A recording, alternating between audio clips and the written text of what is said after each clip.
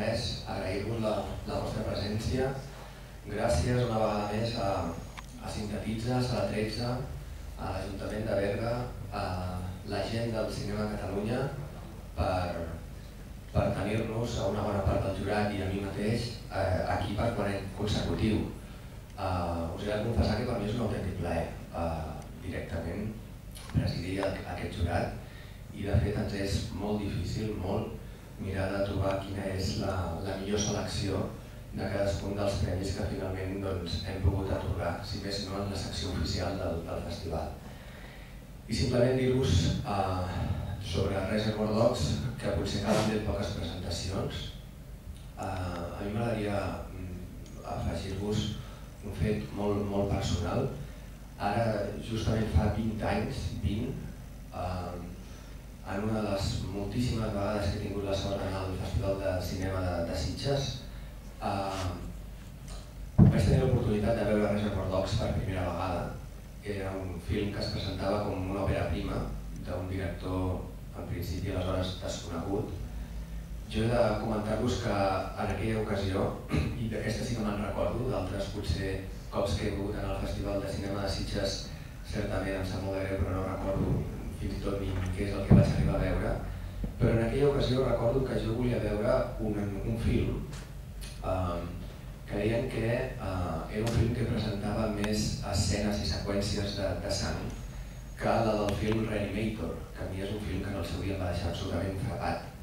I la gran presentació del film, una també de les seves òperes primeres, Braindead, del Peter Jackson, ni més ni menys que el director del Senyor dels Anells, doncs en aquella ocasió del film de Braindead, que aquí el van traduir com Mi madre se ha comido tu perro,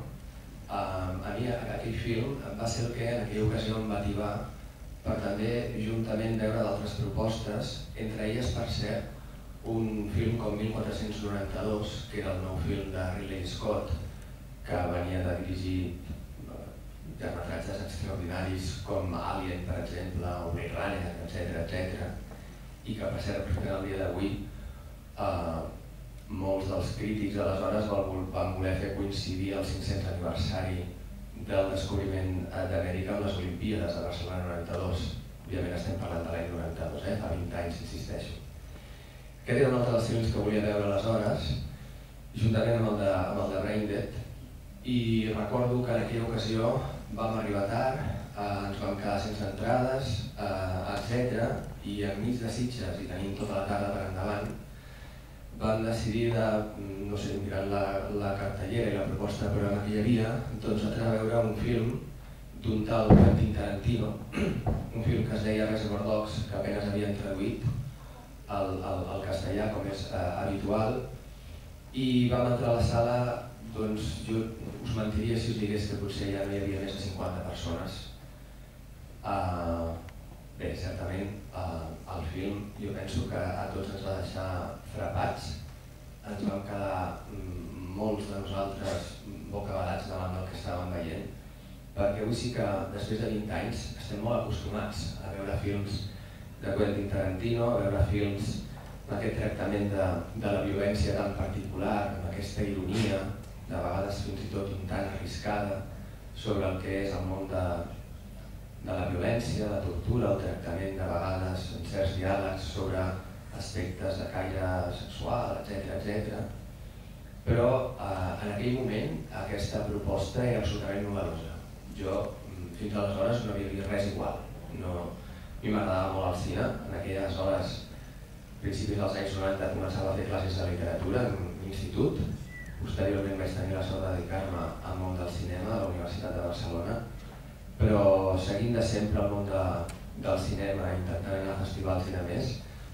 mai havia vist una cosa igual. Una òpera molt senzilla, una obra molt simple, si no l'heu vist realment és per gaudir-la, tot i que, insisteixo, ja hem vist moltes coses semblants des d'aleshores, ja hem vist altres films del Tarantino com Pulp Fiction i de més, per tant això no és sorpresa de ningú, però aquest film tenia molts interessos. I un d'ells, per començar, és que nosaltres finalment ens vam decidir d'entrar a veure aquell film perquè posava que era la història d'un atracament. Un atracament que precisament en el film no es veu en cap moment. És a dir, allò que pul·lula, que sobrevola l'excusa de l'argument del film és un atracament que en cap moment el Quentin Tarantino ens mostra, sinó senzillament el que ens mostra és l'abans, el després, i ens explica certament alguna cosa del durant. Aquesta manera d'articular l'estructura narrativa, aquesta manera de fer un còctel seguint tot un perfil de personatges ben diferents, que el Tarantino molt intel·ligentment anomena noms de colors, simplement, on un d'ells precisament serà, en teoria, un dels policies camuflats. Crec que no desvetllo res si no heu vist el film davant del que us estic apuntant.